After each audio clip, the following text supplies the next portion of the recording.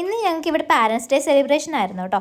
അങ്ങനെ ആ സെലിബ്രേഷൻ്റെ തിരക്കുകൾക്കിടയിൽ ഇരിക്കുമ്പോഴാണ് കൗൺസിൽ ഓഫീസിൽ നിന്ന് ഒരു കൊറിയർ വന്നിട്ടുണ്ട്, വേഗം വന്ന് കൈപ്പറ്റിക്കൊള്ളാം. പിന്നെ ഒന്നും നോക്കിയില്ല, കുടയെടുത്ത് സൺഗ്ലാസും വെച്ച് കുറേ സൺസ്ക്രീമൊക്കെ പുരട്ടി ഉണ്ണിയും കൂടി ഞാൻ നേരെ കൗൺസിൽ ഓഫീസിലോട്ട് പോയിട്ടോ. ദേ ഈ ചുമര് കാണുന്നില്ലേ, ഇവിടെയാണ് നമ്മുടെ കൗൺസിൽ ഓഫീസ് വരുന്നത് കേട്ടോ.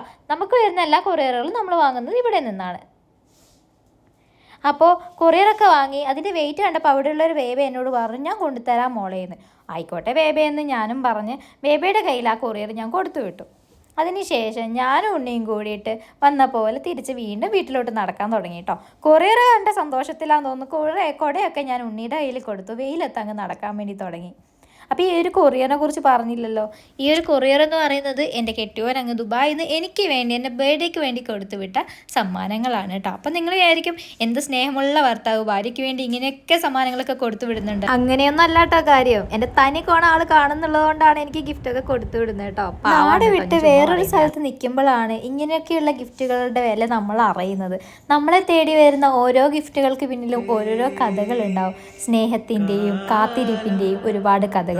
അതെ, ഈ ഗിഫ്റ്റ് എനിക്ക് വളരെ പ്രധാനപ്പെട്ടതാണ്. കാരണം ഇതിനു മുമ്പും എനിക്ക് ഒരുപാട് ഗിഫ്റ്റുകൾ രതീഷ് തന്നിട്ടുണ്ടെങ്കിലും ഇത് എനിക്ക് വളരെ സ്പെഷ്യലാണ്. കാരണം എന്നെ കാത്തിരിക്കാനും എന്നെ സ്നേഹിക്കാനും എനിക്ക് ആരൊക്കെയോ ഉണ്ടെന്നുള്ള ഒരു ആത്മവിശ്വാസം കൂടിയാണ് ഇങ്ങനെയുള്ള ഗിഫ്റ്റുകൾ എന്ന് പറയുന്നത്.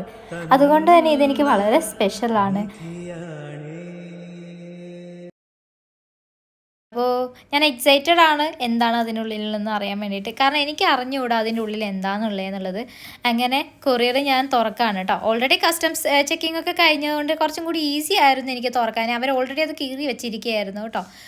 എന്നാലും ഞാൻ തുറന്നപ്പോൾ അതിനുള്ളിൽ ഫസ്റ്റ് ഉണ്ടായിരുന്ന ചോക്ലേറ്റ് ആണ് കേട്ടോ. ചോക്ലേറ്റ് അന്ന് ഇന്ന് എൻ്റെ ഒരു വീക്ക്നെസ് ആയതുകൊണ്ട് അത് നിറച്ചും ചോക്ലേറ്റാണ് കൂടുതലും കൊടുത്തു വിട്ടിരിക്കുന്നത്. പിന്നെ കുറേ ഡ്രസ്സും കാര്യങ്ങളൊക്കെ ആയിരുന്നു കേട്ടോ അതിൽ.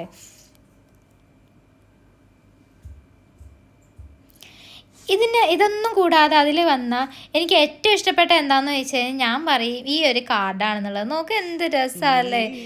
എനിക്ക് ഭയങ്കരമായിട്ട് ഇഷ്ടമായി ഈ ഒരു കാർഡ്.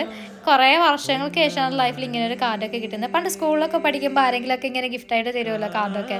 അത് എനിക്ക് തോന്നുന്നു 10ാം ക്ലാസ്സിന് ശേഷം എനിക്ക് ആരും ഇതുപോലെ ഒരു ഗ്രീറ്റിംഗ് കാർഡ് തന്നിട്ടില്ല. അവസാനം തന്നെ എൻ്റെ ഒരു ഫ്രണ്ടാണ്.